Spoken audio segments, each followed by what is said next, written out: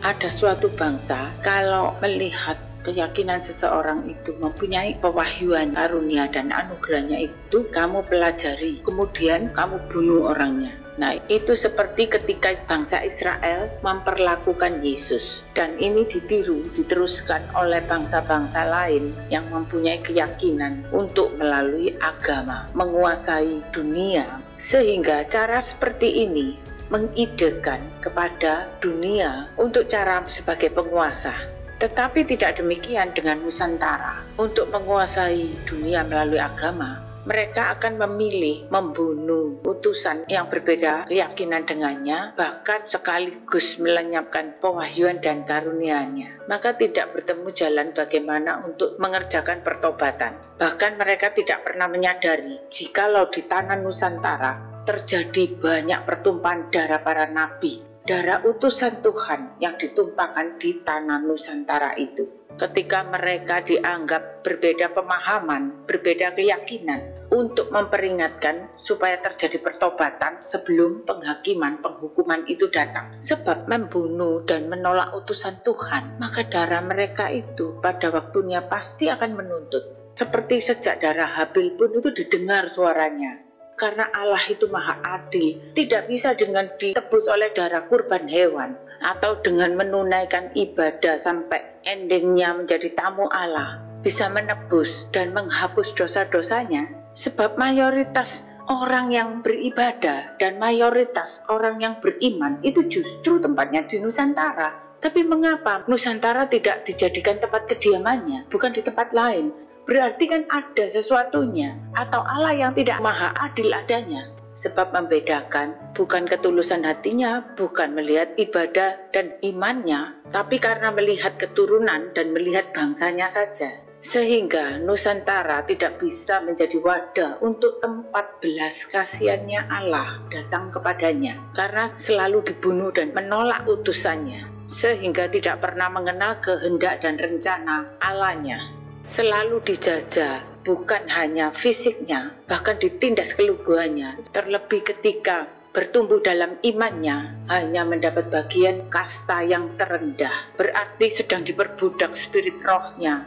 Apakah seperti itukah sifat Allah, sehingga membiarkan bangsa Indonesia dalam tidak pengetahuannya? Mengapa Allah peduli kepada Nusantara? Seperti kejadian bangsa Israel waktu dijajah di tanah Mesir oleh Firaun. Itulah spiritnya, sebab Allah sudah mengadakan perjanjian dengan leluhurnya yang waktu itu tulus hatinya dengan sungguh mencari kebenarannya, sehingga Tuhan terus mengirimkan utusan penginjilan dan menyuarakan supaya pertobatan. Kalau zaman lalu kesaksiannya para nabi, mereka pun datangkan Nusantara menjadi penginjil. Utusan itu dibunuh pada waktu pengutusan Roh Kudus datang untuk memperingatkan dan berdoa buat Nusantara. Saya pun mengalaminya. Akan saya berikan kesaksian. Sebelum saya memberi kesaksian, baca Lukas 11 ayat 29 sampai 32, tanda Yunus. Ini persis terjadiannya di Nusantara Indonesia. Dan di atasnya ayat tanda Yunus ini Tuhan Yesus mengajarkan untuk supaya berdoa. Datanglah kerajaanmu, jadilah kehendakmu di bumi seperti di surga. Yang lebih penting itu, berharaplah untuk segera datang kerajaannya, pemerintahannya. Karena tentang makan dan minuman itu hanya secukupnya saja. Berarti doa Bapak kami ini terjadinya tanda Yunus pun akan datang. Sebab hari penghakiman sudah dekat. Kalau tidak bertobat masing-masing secara pribadinya, penghakiman datang. Apakah agama bisa menyelamatkan, bisa mengubah bencana yang dimaksudkan makananmu hari ini, cukup sehari ini? Berarti hari esok itu tidak tahu apa yang akan terjadi. Sudah sedemikian dekatnya. Nah, saya bacakan tentang tanda Yunus. Ketika orang banyak mengerumuninya, berkatalah Yesus, angkatan ini adalah angkatan yang jahat. Mereka menghendaki suatu tanda, tetapi kepada mereka tidak akan diberikan tanda selain tanda Nabi Yunus. Sebab seperti Yunus menjadi tanda untuk orang-orang Niniwe, demikian pula lah Anak Manusia akan menjadi tanda untuk angkatan ini. Pada waktu penghakiman, Ratu dari Selatan itu akan bangkit bersama orang dari angkatan ini, dan ia akan menghukum mereka. Sebab ratu ini datang dari ujung bumi untuk mendengarkan hikmat Salomo, dan sesungguhnya yang ada di sini lebih daripada Salomo. Sehingga tepat sekali nubuatan leluhur Nusantara bahwa akan terjadi Ratu Selatan, yaitu Laut Selatan dan gunung-gunung itu duwe gawe menonton, menanggap Nusantara ini menjadi tontonan, dan mereka menjadi saksi keadilan Allah. Ketika zaman perjanjian lama, yaitu kejadiannya Salomo, itu diberkati karena Daud dan karena nenek moyangnya Abraham, Ishak dan Yakub, sehingga dia yang menerima perjanjiannya. Itu pun ketika digenapi perjanjian itu pun harus diuji, sehingga Ratu Seba mengagumi apakah benar seperti yang diceritakan itu. Demikian pula Niniwe, masa sebelum Yesus datang di dalam perjanjian lama, bukan menjadi umat pilihan, bukan bangsa Israel, tapi dia pun sebagai umat ciptaan berhak menerima kesempatan untuk pertobatan. Hanya diingatkan, ditegur, dinubuatkan oleh Yunus, langsung seluruh negara jadi bertobat. Nah, pada waktu Yesus ketika dia datang, bukan hanya nubuatan, dia membawa tentang pemahaman, firman, kebenaran. Dia membawa ketebusan dan membawa jaminan perdamaian darah, membawa perjanjian, arti hidup kekal. Roh Kudus datang. Mereka ini bisa mendengar dan bisa melihat kebenaran itu, tapi tetap tidak mau percaya. Lebih daripada Salomo, lebih daripada Yunus, pada waktu Yesus datang kepada bangsa Israel agar supaya tidak tertuntut oleh Ratu Seba dan Niniwe ini, tapi mereka selalu menguji Yesus, selalu dipertanyakan, selalu dijebak. Jadi ilmunya diambil, kemudian Yesusnya dibunuh. Nah, ini yang dilakukan oleh bangsa Yahudi terhadap Yesus. Terlebih lagi bangsa kasih karunia di luar dari keturunan Abraham, Ishak dan Yakub itu berhak apa? Ibaratnya bisa menjadi kasta Brahma. Terutama bangsa Nusantara pula dari keturunan siapa? Hanya karena tanda sunat, sehingga mengkafir-kafirkan yang sama-sama masih doyan makan tahu tempe. Sampai hanya karena tanda sunat dan kafir bagi yang tidak bersunat, sudah menganggap Allah milik pribadi. Tapi sebagai bangsa yang mempunyai tanda sunat dan mempunyai Allah, namun ketika murkanya datang, mereka pun tidak bisa mengelakkan. Sebab yang diperhitungkan pribadi lepas pribadi, bukan karena ada tanda sunat atau bukan karena sudah menjadi tamu Allah, bahkan bukan karena mengklaim menjadi keturunan Abraham, Ishak dan Yakub atau keturunan para nabi yang mendapat keselamatan. Terlebih lagi sekarang yang sedang dihadapi Nusantara, mereka yang bersunat dan tidak bersunat pun, bagi mereka yang mengaku bertuhan, mempunyai Allah, sedang diperhadapkan kepada tuntutan bangsa lain lelembut Ratu Selatan dan Niniwe memperkarakan keadilan Allah. Sehingga tepat sekali nubuatan leluhur Nusantara bahwa akan terjadi, yaitu Laut Selatan dan gunung-gunung itu duwe gawe di bumi Nusantara ini. Mereka menjadi saksi keadilan Allah. Sudah pernah dicoba oleh Allah. Indonesia dipilih yang pertama kali hendak diberikan menjadi ratu adil. Saya berikan kesaksiannya. Dari penguasanya sampai di belakang penguasa pemerintahannya, bahkan rakyatnya tidak pernah menyadari apa dosa dan salahnya. Mempersoalkan atas Nusantara berdasarkan apa diberikan istimewa, terelak dari penghakimannya. Seperti yang di dalam Lukas 11 itu, hanya pribadi lepas pribadi, yang seharusnya hanya bagi mereka yang mempunyai tanda ketebusan dan perdamaian tanda darah sebagai jaminan yang bisa terelak dari tuntutan Ratu Selatan dan Niniwe. Pada saat itu hampir saja di tanah Jawa sudah terjadi seperti yang dinubuatkan oleh Joyoboyo. Karena saat itu secara khusus dan secara tugas rahasia Tuhan sudah mengirimkan utusannya. Kesaksian seperti ini, saya tidak bermain-main dengan hidup saya sendiri di hadapan Tuhan. Kalau perkara seperti ini hanya menjadi karangan yang diobral, kalau tidak sudah mengalami dan benar-benar terjadi, maka saya bagikan kejadiannya. Dari awal, mulanya Nusantara terpilih menjadi tempat untuk kediamannya. Ketika saya dipersiapkan melalui suatu alasan dengan sekeluarga tinggal di Nusantara, dengan suami saya yang seorang asing. Terjadi pertobatan saya menjadi seorang Kristen yang bukan hanya taat beribadah, namun melakoninya secara spiritual, sehingga satu keluarga kami ini menerima berbagai karunia. Ada beberapa pewahyuan. Yang pertama berbicara tentang keadaan bumi Nusantara. Yang kedua berbicara tentang keadaan penguasa saat itu, Orde Baru. Yang ketiga berbicara tentang berdasarkan kepercayaan yang sedang dipilih. Ada dua keyakinan yang saat itu sedang dipertimbangkan. Apakah layak untuk mereka ini menerima hadirat Tuhan, untuk menjadi tempat keadilan Tuhan, menjadi gambaran ratu adil bagi bangsa-bangsa di bumi, untuk menjadi alasan apakah bisa dijadikan wadah spiritual, menjadi penjaga bagi bumi Nusantara sebagai tempatnya berpijak. Lebih dulu saya terangkan bahwa semua pewahyuan yang untuk Nusantara itu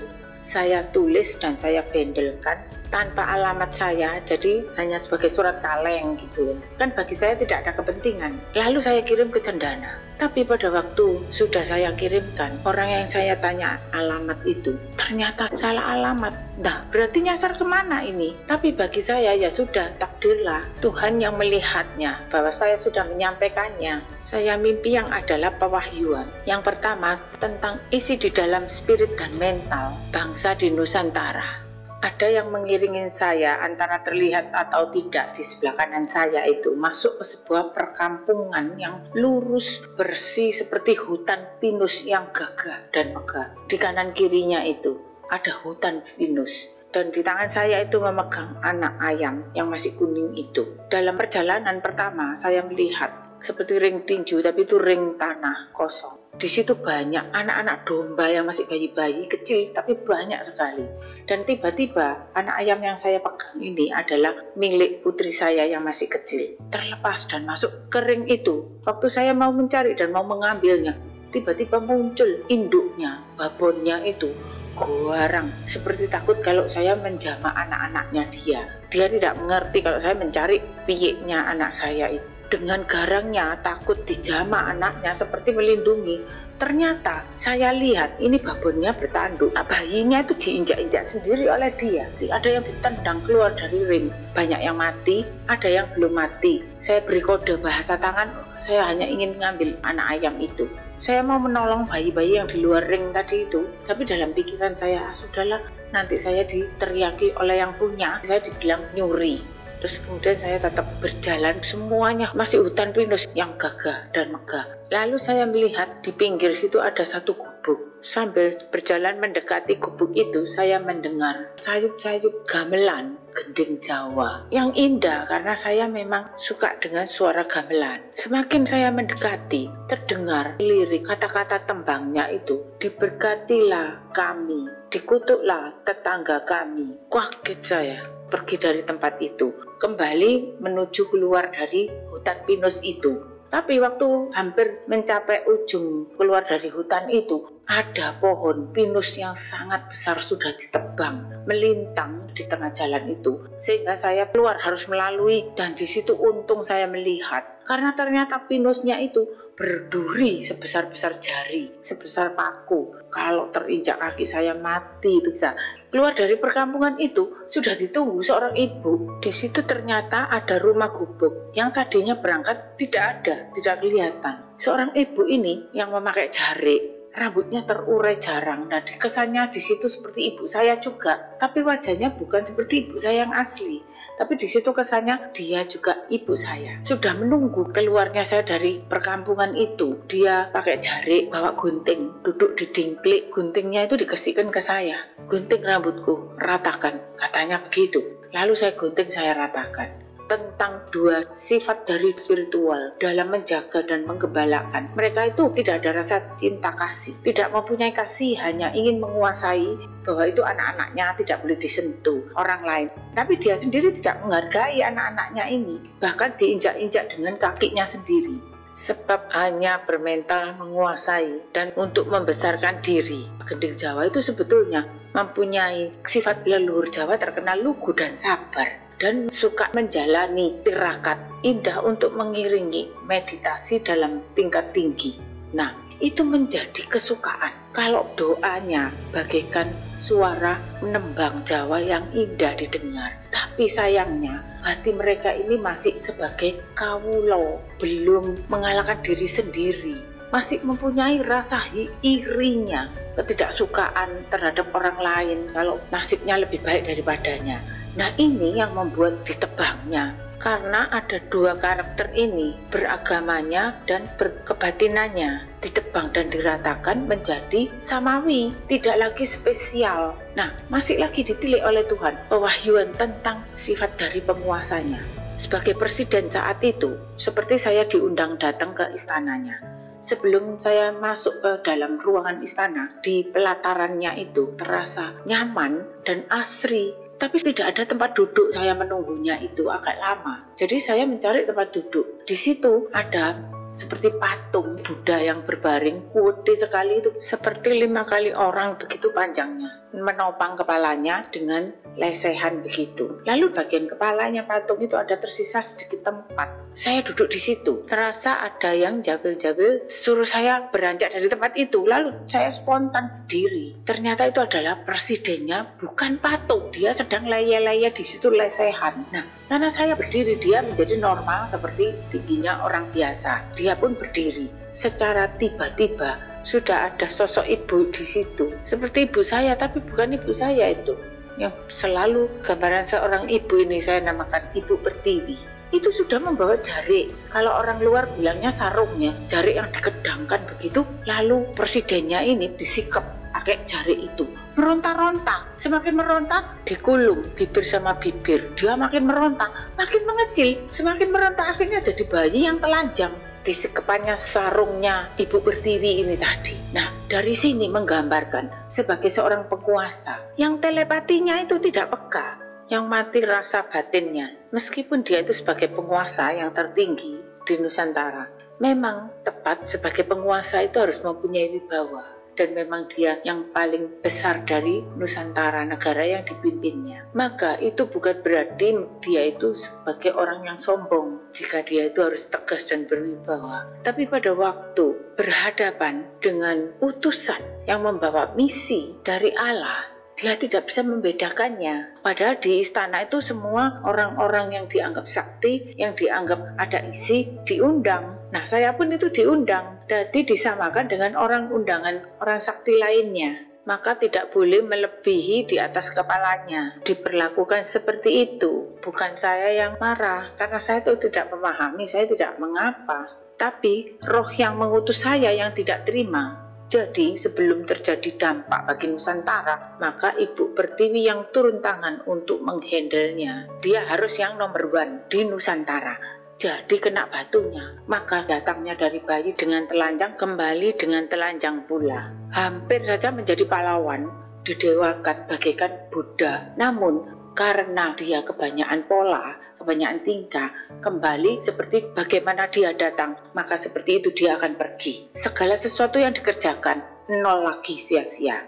Nah, yang ketiga ini tentang yang berkuasa, yang mempunyai suara mayoritas di Nusantara. Ceritanya, saya mendapat penglihatan pewahyuan itu. Saya itu membeli rumah di kampung saya Surabaya itu. Karena saya kan sudah ada suami dan anak-anak saya. Tapi dilarang oleh yang menguasai perkampungan itu. Karena alasannya suami saya orang asing. Karena tidak saya beli, menjadi lubang bolongnya langit di situ. Kalau rumah itu ditempati nenek-nenek, itu penghulu. Hanya saya yang melihatnya, mengetahui. Nenek sihir kalau saya menamakannya, penghulu, penguasa, lembut di situ. Rumahnya itu dilabur sama dia, dicat putih gitu sampai ke langit. Seperti jalan dari rumah itu ke langit. Dan dia itu pelukis, nenek ini. Di langit itu dia melukis kuda-kuda zebra. Naik turunnya penghulu langit ke bumi Nusantara melalui rumah itu. Sejak itu bumi Nusantara selalu terjadi kerusuhan. Nenek itu di langit melukiskan karya kuda zebra, hitam putih menjadi satu tubuh, tidak bisa dibedah. Yang hitam jadikan putih, putih dikambing hitamkan. Jadi dibingungkan. Sejak itu terjadilah konsep berpolitik memakai rumus kuda zebra sebagai strategi dalam segala konspirasi, berita. Nah, ini yang dipercayai oleh manusia. Di akhir zaman ini ada peristiwa dari pewahyuan ini yang terjadi dengan kami sampai Nusantara menolak kami karena perkara kecil. Masalahnya sepele, tapi bisa melibatkan orang-orang penting di Nusantara dan pemuka agama. Hanya karena urusan pertikaian kakak saya dengan suaminya itu CS-nya cendana, maka yang menjadi efek dan akibat dampaknya pada kami. Dan itu menjadi perang secara besar-besaran yang melibatkan beberapa pejabat, bahkan hampir menjadi provokator isu perang agama. Mereka bersekongkol dan bersepakat. Tentu saja keluarga saya dijadikan tumbal untuk dideportasi. Sampai hari ini darahnya masih tertumpah di tanah Nusantara. Itulah bukan hanya hutang darah para nabi, namun hutang tabut perjanjian Tuhan yang dijahili. Anak sulung saya saat kejadian itu dapat penglihatan, malaikat pun menjanjikan kepada kami, aku mendahului kalian untuk berangkat dulu. Tempat kami tinggal ini, maka tabut perjanjian yang diletakkan di Nusantara ikut tercabut. Sudah dipindahkan Tuhan yang tidak perlu kami bagikan. Dan setelah itu di Nusantara terjadi kerusuhan yang dinamakan kuda tuli. Itu sesungguhnya adalah kuda zebra.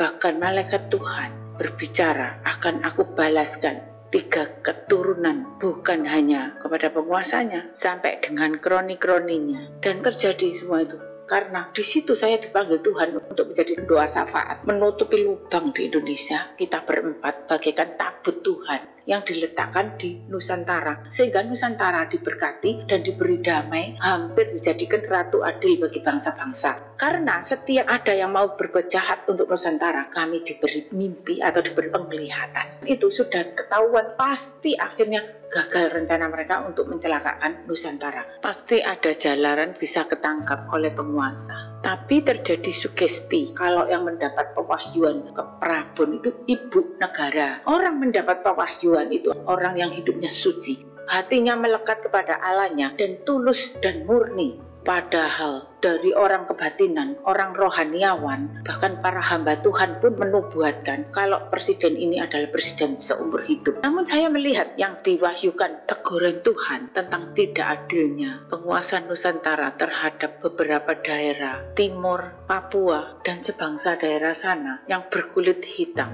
Dianaktirikan, hanya disuruh menggosok jarinya ibu negara, diperlakukan seperti pembantu. Dan berjanji kepada gambaran saya dan saudara-saudara saya, kepada umat Kristiani, janjinya pun tidak ditepati. Rakyatnya pun ikut menanggung akibatnya. Jadi jangan hanya melankoli, mempersalahkan negara-negara lain ketika diberikan kesempatan, tidak dihargai, tidak pernah mengoreksi, terjadi pertobatan kepada diri sendiri. Mengapa harus bertentangan dengan Tuhan? Dia itu Tuhan, dia yang berkuasa. Tidak bisa diatur oleh manusia. Karena berbeda agama yang dijadikan utusan maka ditolaknya. Ya berarti kan akibatnya, risikonya kan harus diterima menolak utusannya. Sebab bukan manusia yang mengatur Tuhannya, namun Tuhan yang memilih manusia kepada siapa dia berkenan memakainya.